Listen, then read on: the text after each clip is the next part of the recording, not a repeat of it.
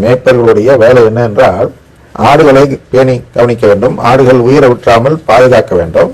அப்ப இந்த பறவை நாகம் இந்த ஆடு திங்க வருது, அறுவடை இயக்கம் என்ற பேரில் ஒரு அசுத்தாவி, அந்த உறவு கேட்காத நம்பிக்கையை புகுத்தும் அசுத்தாவி அந்த நம்பிக்கையை கத்தோலிக்கர்களிடையே புகுத்த வருகிறது.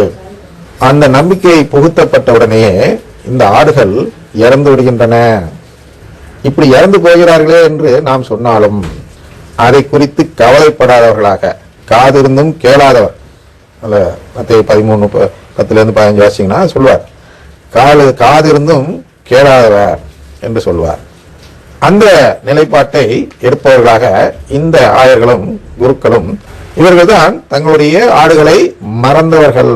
ஐயா, நம்ம அந்த ஆடுகள்லாம் காப்பாற்ற நம்முடைய கடமை தான் அப்படிங்கிறதை மறந்து விட்டவர்கள் அப்படின்னு இங்கே சொல்லப்படுகிறது.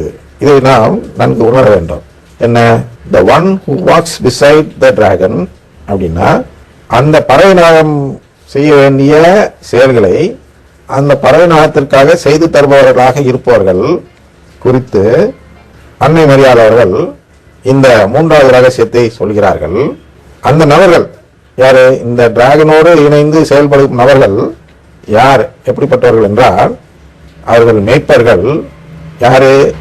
ஆடுகளை மறந்த மேய்ப்பர்கள். அவங்க என்ன? ஆடுகள் மீட்பு பெற வேண்டும் என்பதை மறந்த மேய்ப்பர்கள்.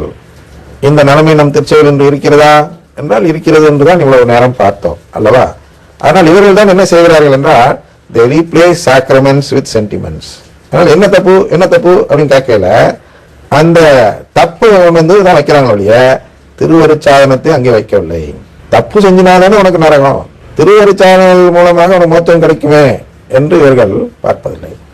எப்படி பார்க்கறாங்க? தப்பு செஞ்சாதானே நரகம்ப்பா, இதுல என்னப்பா தப்பு இருக்கு? பிரேஸ் தி லார்ட் சொன்னா என்னப்பா தப்பு அப்படின்னா, பிரேஸ் தி லார்ட் சொன்னா என்ன தப்புன்னா அவர்களுடைய ஜெபம், உறவு வேண்டான்னு சொல்பவர்களுடைய ஜெபத்தை என்ன சொல்ல வைக்கிறான்?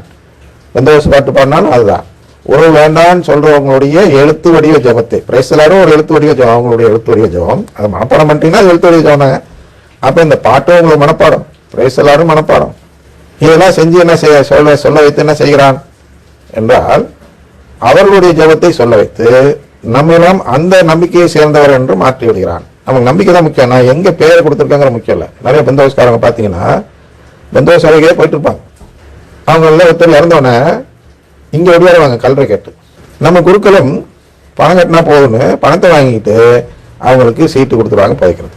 அவர்கள் இதுக்கு முன்னாடி அங்கே போனாங்களா கொண்டாங்களா யாரும் அதை யாரும் பார்க்கறதில்ல.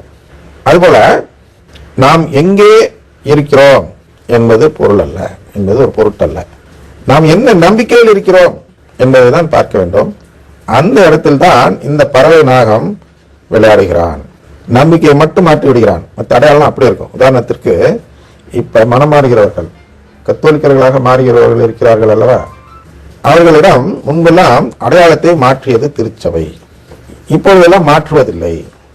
முனியாண்டி, கந்தசாமி, கிருஷ்ணன், முருகன் இப்படிலாம் இருந்தா அதே பேர்ல திருமுழுக்கு கொடுப்பார்கள்.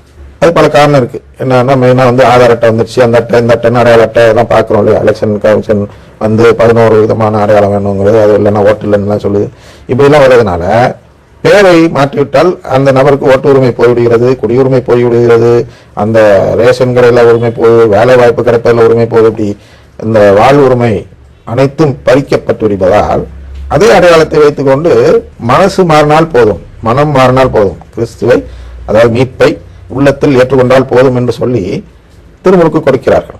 இதே வேலைதான் அவனும் செய்கிறான். என்ன செய்கிறான் என்றால், நீ இடத்த மாத்தாத, நீ எப்பொழுதும் போற கோயிலுக்கே எப்பொழுதும் போறதில்லை, இருந்துகிட்டே இரு, எப்பொழுதும் போற மேய்ப்பர்களை கடைபிடித்துக் கொண்டே வாழு, ஆனால் சொல்லும் ஜபத்தில் என்னுடைய ஜபத்தையும் சேர்த்துக்கொள் அப்படின்னு இந்த பாட்டு, பிரேஸ் தி லார்ட் இதெல்லாம் கொடுத்திருக்கார்.